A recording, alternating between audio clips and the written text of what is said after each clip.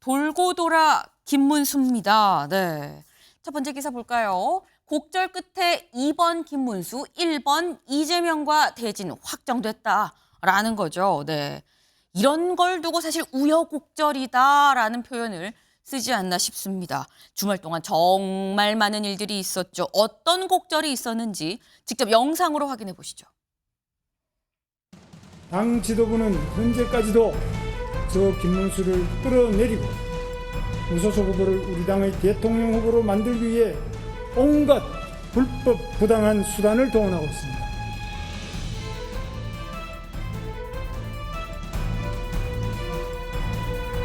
협상의 여지는 없을 것으로 생각합니다. 절대 동의할 수 없는 원칙이라고 생각을 합니다.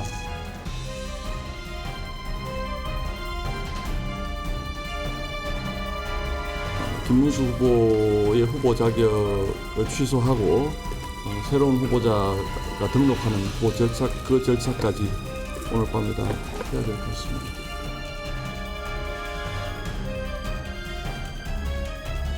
저는 대통령 선거에 출마하면서 모든 것을 내려놓았습니다. 우리는 모두 힘을 합쳐야 합니다. 국민의힘 대통령 후보 변경 지명을 위한 당원 투표 결과 안건이 부결됐습니다. 모든 책임을 지고 제가 물러나겠습니다. 대통령 후보 관련 서류를 등록하고 나왔습니다. 저는 굉장히 놀라운 기적이 일어났다고 생각합니다. 네, 김문수 후보 왈 기적 같은 일이 일어났다고 생각합니다. 라고 얘기를 했죠. 여기 옆에 좀 같이 볼까요? 제가 지금 영상으로 보긴 했습니다만 주말 사이 얼마나 많은 일이 있었느냐. 아까 바로 여기 일지로 지금 정리가 돼 있습니다. 살짝 좀 보겠습니다. 일단 여기부터 좀 볼까요?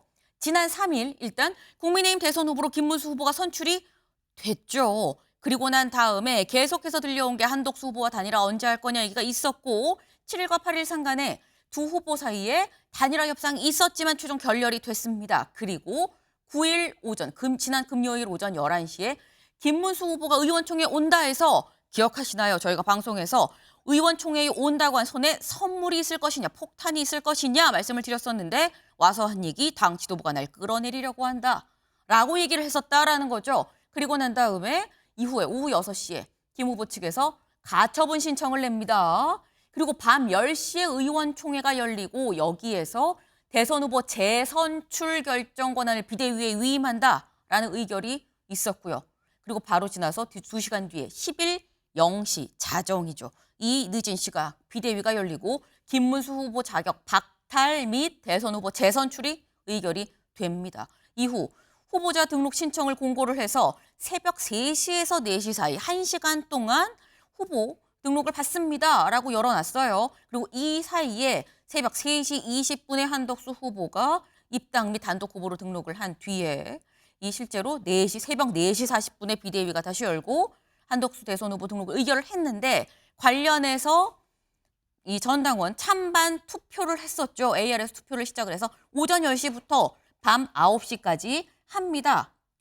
라고 했는데 이 사이에 다시 한번 김문수 후보 가처분을 내고요.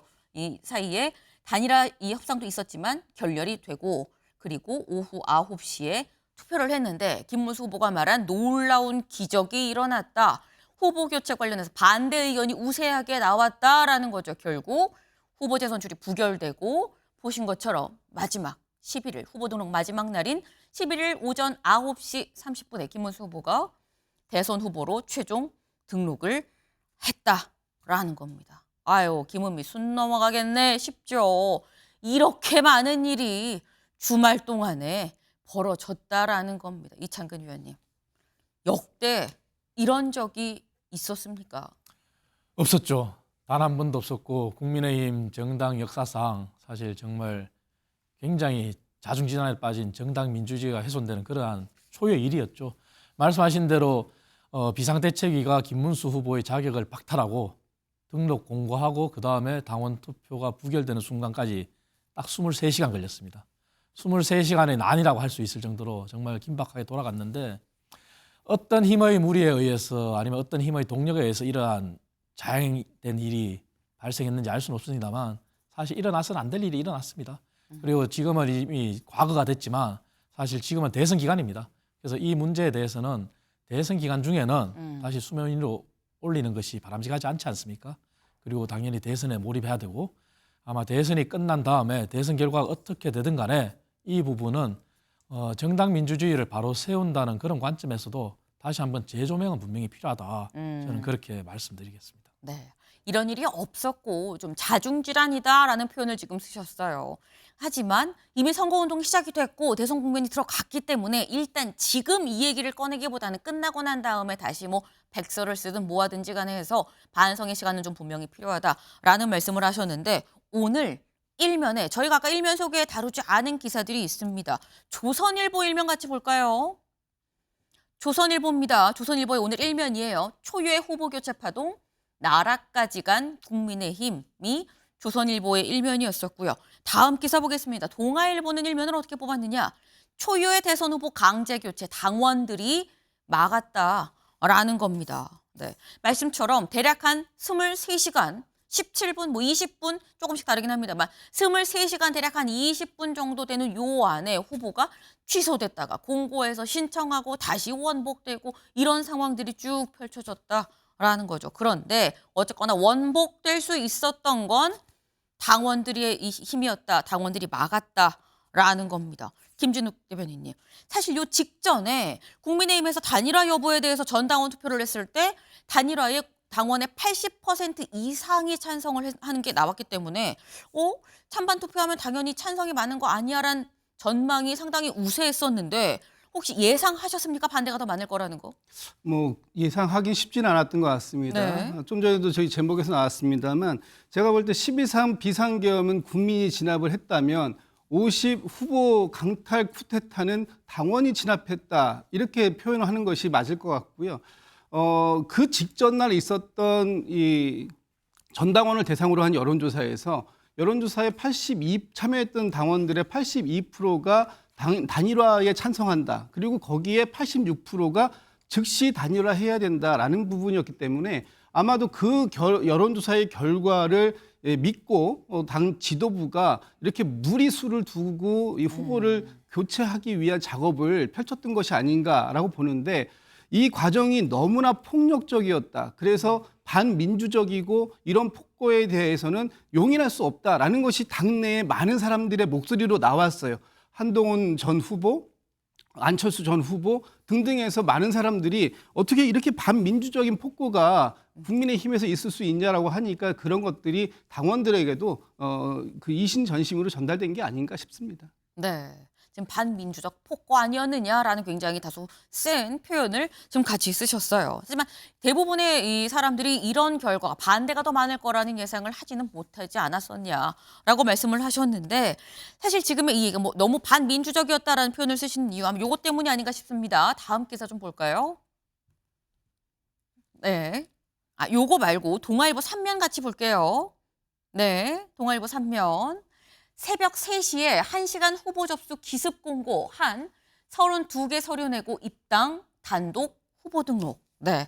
그러니까 새벽 3시에 1시간, 새벽 3시부터 4시까지 요 1시간 동안 딱 후보 등록 접수 받겠습니다라고 얘기를 했다라는 거죠. 그런데 마침 또 그 새벽 사이 1시간 상간에 한덕수 후보가 32개 서류를 다 준비해서 입당해서 단독 후보 등록까지 마쳤다라는 거예요.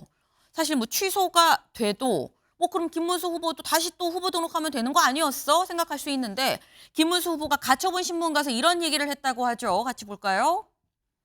네. 나는 그 공고 시간에 자고 있었어요. 난 하는지도 몰랐어요. 이런 경우가 어디 있습니까? 라고 얘기를 했다라는 거예요. 새벽 3시에서 4시 사이에 후보 등록 공고를 새롭게 낼 거란 예상을 전혀 하지 못했다. 근데 이창근 위원님, 근데 그 새벽 3시에서 4시 사이에 1시간 한데 마침 그 사이에 32개 서류를 한덕수 후보가 다 준비해서 등록하는 걸 보니 이거 당 지도부랑 짠 거 아니야? 라는 지적을 김문수 후보 쪽에서 사실 했었던 거거든요. 사실 합리적 의심이 가능합니다. 왜냐하면은 대선이 아니라 국회의원 선거를 하더라도 그 서류를 사실 제대로 준비하려고 그러면 한 일주일 이상 걸립니다. 각종 뭐 범죄 관련 증명서를 떼더라도 하루 만에 나오지가 않아요. 그런데 한덕수 후보가 1시간 만에 접수를 다 했다? 그리고 그 접수한 서류가 만약에 불완전하게 사후 보완이다 이렇게 됐는지 아니면 정말 다 완벽하게 갖췄는지 알 수는 없어요. 하지만 어떠한 경우에든 이것은 합리적 의심이 가능하죠. 미리 준비를 할 시간을 줬을 수도 있고 아니면 사후 보완하라고 하는 것도 말이 안 되는 것이고 어느 후보한테 그런 배려를 하겠습니까? 그리고 한동훈 후보뿐만 아니라 다른 안철수 후보나 뭐 떨어진 나경원 후보도 접수를 할 수 있는 그러한 가능성이 있는 거거든요. 네. 근데 1시간 만에 열어줬다?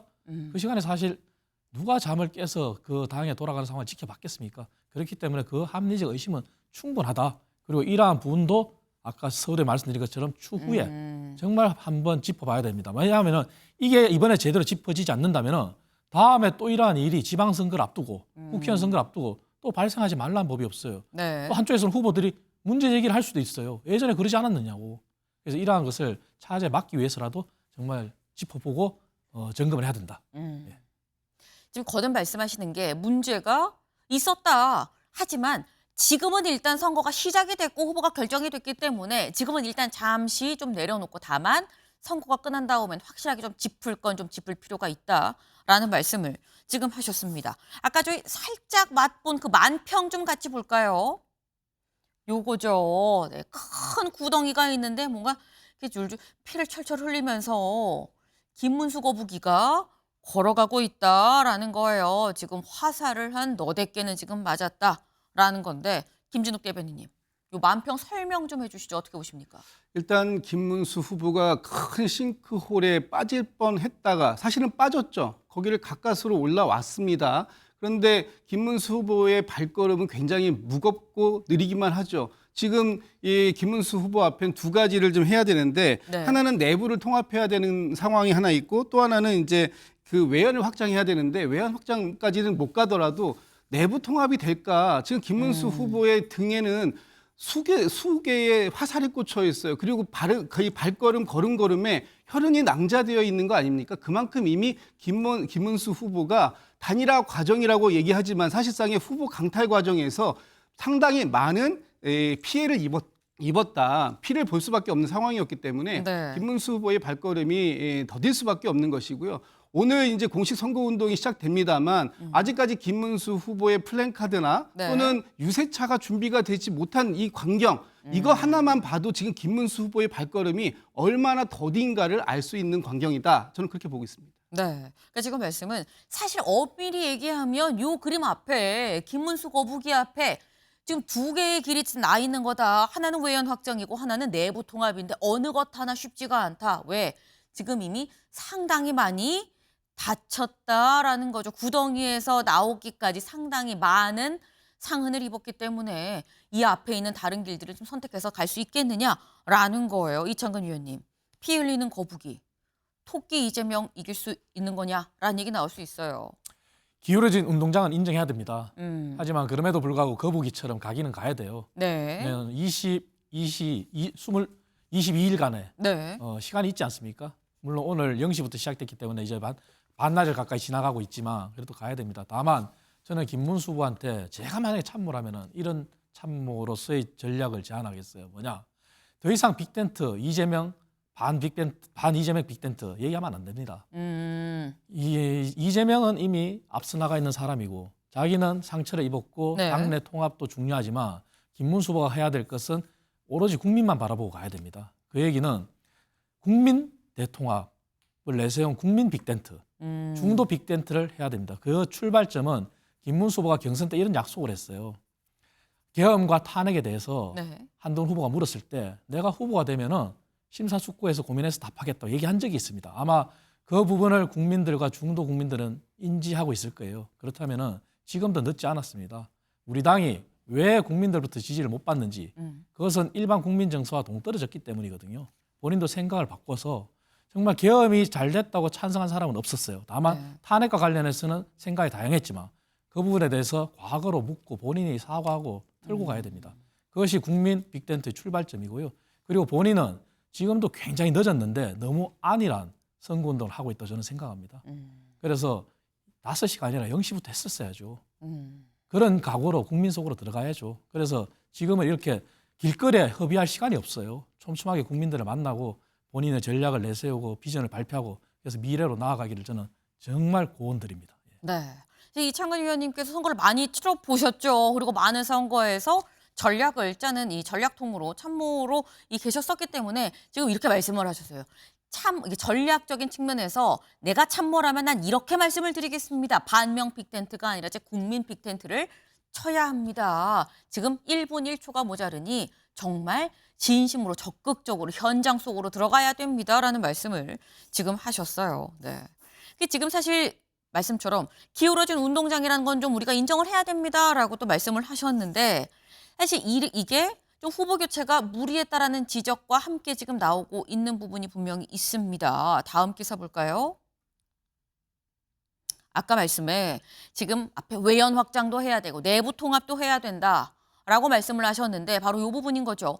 무리한 후보 교체 뒤엔 윤심, 들끓는 국힘, 친윤, 정계 은퇴하라라는 얘기가 내부에서 또 나오고 있다라는 거예요. 일단 결론을 지었고 봉합은 짓긴 지었는데 봉합을 했긴 했지만 언제 터질지 모르게 안에서 지금 부글부글하다라는 거죠. 후보 교체 뒤엔 윤심이 있었던 거 아니야라는 게 그 생각이 어떤 전제인 건데 김문수 후보 사실 강하게 당 지도부와 이 대결 국면에 들어서면서 이런 얘기를 했었습니다. 직접 들어보실까요? 등록도 안 한 사람 보고 자꾸 단일화를 하기가 온 지도부가 이렇게 나오는 거는 사전에 우리 경선 과정 이전에 미리 짜여진 본인들의 각본에 의해 가지고 한덕수 후보 초대론에 지나지 않지 이건 단일화도 아니다. 이것은 대국민 사기극이 아니냐. 네. 홍준표 전 후보죠. 이 대구시장도 뭐라고 얘기를 했었느냐. 내가 이제는 좀 얘기할 수 있다라고 얘기하면서 용산과 당 지도부 김문수는 만만하니까 김문수를 밀어서 한덕수의 장애가 되는 나 홍준표를 떨어뜨리자는 공작을 꾸미고 있었다라고 SNS에 또 글을 올렸었습니다. 그러니까 이 얘기인즉슨 김문수 후보도 홍준표 전 이 대구시장도 얘기를 한 게 결국 한덕수 전 총리를 민 건 친윤이고 용산이다라는 의심이 상당히 팽배해 있었다라는 거죠. 그런데 이런 상황에서 어쨌거나 우여곡절을 겪고 곡절 끝에 기호 2번 김문수 후보가 됐는데 다음 기사 보죠. 권성동 유임, 친윤 손잡은 김문수, 국힘 개파 갈등 확전일로입니다. 네. 지금 다시 김문수 후보가 원복이 되고 난 다음에 권영세 비대위원장은 내려놨죠. 저는 이제 떠나겠습니다라고 갔습니다. 그런데 권성동 원내대표는 그럼 어떻게 되는 거야? 라는 얘기가 있었는데 어제 두 사람이 만났다고 해요. 그 얘기 서지영 대변인 얘기 잠깐 들어보겠습니다. 후보님께서는 대선 국면에서 원내대표 선출하는 것은 부적절하다. 그리고 선거 기간 동안 전 의원님들이 선거운동에 전력을 다해 매진할 수 있도록 원내대표께서 역할을 해달라라는 취지의 말씀을 하셨습니다. 네. 지금 들어보셨죠? 이 얘기인즉슨 권성동 원내대표로 그냥 쭉 간다. 대선 치르겠다라는 겁니다. 그럼 이창근 의원님. 지금 권성동 유임하면서 친윤과 결국 김문수 후보 손잡은 거 아니냐라는데 이건 또 어떻게 설명을 해야 되냐라는 거죠. 김문수 후보 입장에서는 어쩔 수 없는 선택이라고 저는 생각합니다. 어쩔 수 없는 선택이다. 그렇습니다. 당내 의원이 100여 명이 있지 않습니까? 네. 하지만 그 심야에 모인 의원이 약 60여 명입니다. 그렇다면 60%는 결국은 권성동 원내대표에 의해서 움직일 수 있는 사람이라는 게 현실입니다. 그 얘기는 결국 원내에서 움직이는 힘이 김문수 후보 입장에서 거절할 수 있겠습니까? 그리고 그 원내 의원들도 한 사람 한 사람이 지역구를 책임지고 있는데 그렇다면은 지금 현재는 전략적 선택이고 당내 통합 그리고 더 이상 자중지단에 빠지지 않는 것을 보여주는 그러한 모습일 수도 있지만 네. 여기서 한 발 더 나아간다면은 이제 권성동 원내대표가 그 바톤을 넘겨받았어요. 그렇다면은 중앙에 이제 의원들이 머물러 있으면 안 됩니다. 권성동 원내대표가 김문수 후보가 이렇게 손을 잡고 화합을 모색했다면은 권성동 원내대표는 그 60여 명의 의원들도 모두가 다 지역구로 가라. 중앙에 있을 필요가 뭐가 있습니까? 정말 지역구 가서 내가 김문수다 하고 뛰어라 하는 그러한 지도력을 보여줘야 됩니다. 아마 김문수 후보는 그걸 원했을 겁니다. 그렇기 때문에 유임을 시켰을 거고 이제 권성동 원내대표가 그 유임에 대한 답을 할 차례입니다. 네. 지금 말씀은 김문수 후보로서는 피치 못할 선택 아니었겠느냐. 왜냐하면 권성동 원내대표가 원내에 대한 영향력이 확실히 있는 상태인 거고 한밤중에 60명이 넘는 현역 의원들을 모을 수 있다는 게 권성동 원내대표 어떤 파워라고 본다면 그렇다면 손 잡고 일단 대선은 다 지역에 60여 명 데려가서 내가 김문수다라고 선거운동하는 걸 김문수 후보는 바라고 있을 거다라고 말씀을 지금 하셨어요. 네. 그런데 이 현재 권성동 원내대표와 일단 손을 잡고 피치 못할 선택이라고 말씀하셨습니다만 어쨌건 손 잡고 같이 뛰자라고 얘기를 한 거죠. 근데 여기에 더해서 한덕수 후보를 밀었다는 의심을 받는 윤석열 전 대통령이 어제 SNS에 글을 올렸습니다. 같이 볼까요? 국민께 드리는 호소, 한덕수 전 총리의 사명 김문수 후보와 함께 이어가야 됩니다. 여러분께 호소합니다. 이제 마음을 모아주십시오. 저 윤석열은 끝까지 여러분과 함께 할 겁니다. 우리는 반드시 승리할 겁니다. 라고 글을 올렸다라는 거죠. 그러니까 이 얘기인즉슨 김문수 후보를 나는 지지합니다. 김문수 후보한테 힘을 모아주세요라는 글을 올린 거예요. 근데 김진욱 대변인님, 그럼 윤석열 전 대통령은 사실 처음부터 한덕수가 아닌 김문수를 지지했었던 건지 아니면 한덕수를 지지했지만 김문수로 입장이 바뀐 건지 아니면 아예 처음부터 누구든 되는 사람을 난 밀어주겠다라고 생각을 했다는 건지 뭘까요? 제가 볼 때는 그 김문수 후보를 한덕수 후보로 가는 징검다리로 쓰겠다라고 생각했던 보이지 않는 손의 뒷 배경에는 윤석열 전 대통령의 그림자가 짙게 드리워져 있다. 이렇게 제가 몇 번 그 말씀을 드린 적이 있었고요. 이번에 선거 캠페인이 이번 12.3 비상겸의 윤석열 전 대통령이 파면되면서 생긴 조기 대선입니다. 이 대선에서의 캠페인을 제대로 하려면 탄핵의 강을 건너야 되고 윤심의 강을 건너야 된다라고 제가 몇 번을 말씀을 드렸는데 이렇게 다시 윤석열 대통령과 손잡는 김문수 후보 이렇게 되면 결과적으로 보면 김문수 후보는 이제 윤석열 대통령의 비호를 받는 지지를 받는 후보로 각인이 될 수밖에 없는 거예요. 아마 김문수 후보 측에선 그 격려 지지의 글이 그다지 반갑진 않았을 겁니다. 결과적으로 아까도 말씀드렸습니다만 당내 통합에는 일정하게 도움이 될 수 있을지 모르겠지만 과연 이 지지의 글을 가지고 이 외연이 확장이 되겠습니까? 중도의 표심을 공략할 수 있겠습니까?